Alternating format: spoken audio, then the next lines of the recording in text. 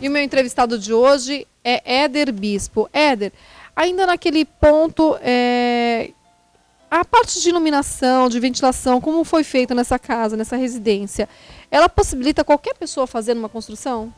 Na verdade a gente trabalha com um conceito, né? Um conceito de iluminação e de ventilação. Isso necessariamente não está ligado a custo, né?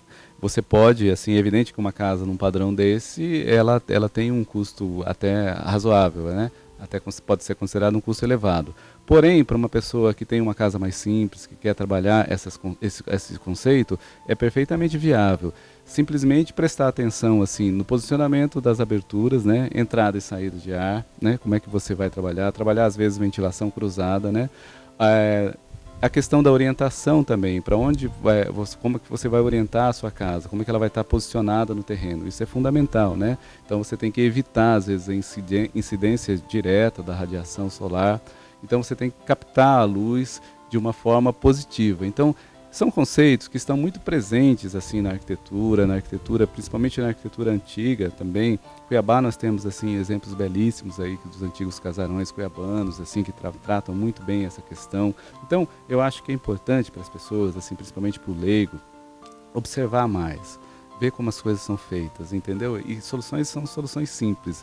O que precisa é ter vontade de fazer, é prestar atenção e identificar essas soluções, que elas estão presentes, estão por aí. Então, uma casa como essa é uma casa que trata sobre questões que são fundamentais na arquitetura e que estão sempre presentes, entendeu? Então, qualidade, conforto, qualidade de vida, conforto, não está necessariamente ligado a custo financeiro. Então isso é um mito que às vezes você tem que desfazer, e nós arquitetos, nós também temos que colaborar dessa forma, né? Esclarecendo, informando, mostrando, né?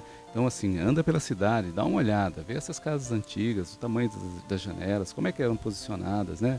Dá uma olhada um pouco assim, como é que se você abre uma porta e você abre uma janela, perceba que isso retira um pouco do calor. Então são soluções que você tem que aprender, que você tem que estar colocando isso em prática, né? Eu acho que isso que é importante.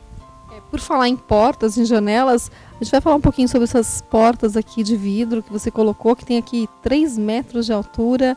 Isso está ligado a esse assunto que nós estávamos falando agora, né? Um pouco está ligado um pouco com essas questões, mas também tem a ver com a nossa concepção de arquitetura, né? Essas portas e janelas, muitas delas foram feitas especialmente para essa casa. São tamanhos diferenciados, né, e que a indústria teve que se adequar um pouco à nossa proposta de trabalho.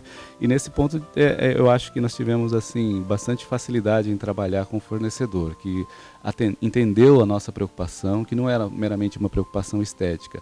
Eu acho que as dimensões das portas têm uma relação de proporção com a casa, então é fundamental que essa porta tenha esse tamanho. No caso desse daqui, esse material ele é PVC.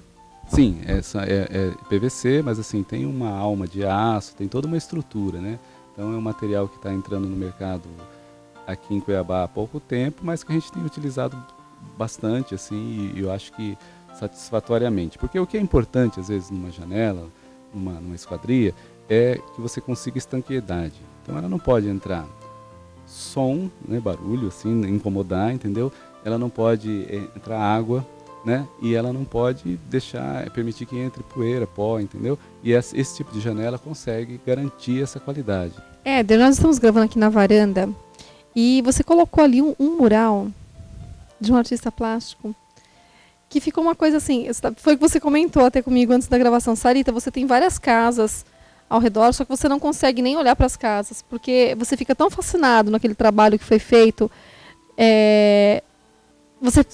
Eu, no caso, passaria horas aqui, horas e horas e horas, observando o painel. Como é que foi fazer esse trabalho com uma área de lazer? Na verdade, esse trabalho é o trabalho do Jonas Barros, né? Jonas Barros é um artista plástico local, eu considero ele também como um artista plástico universal também, porque o trabalho dele não é um trabalho simplesmente regional, né? É um trabalho que tem uma qualidade que pode ser avaliada e apreciada em qualquer parte do mundo.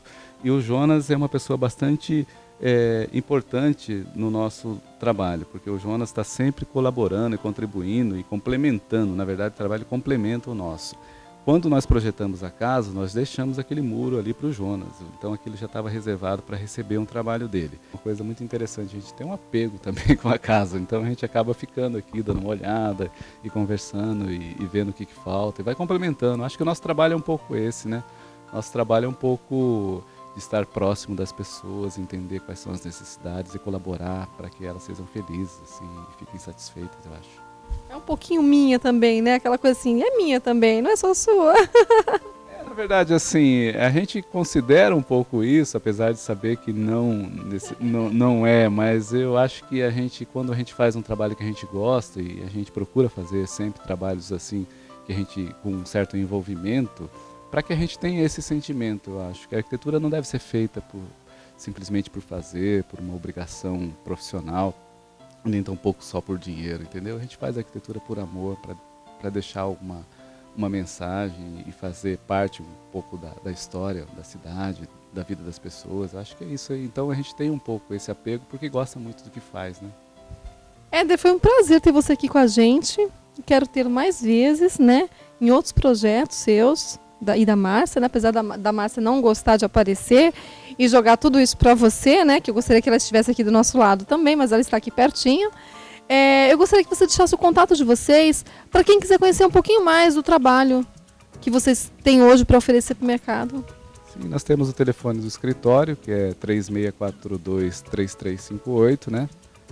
Tem o meu celular, que eu posso passar também, que é pessoal também, mas é do escritório, é 8111-6368. E tem o nosso site, que é www.mmeb.com.br. Obrigada, Éder. Obrigado.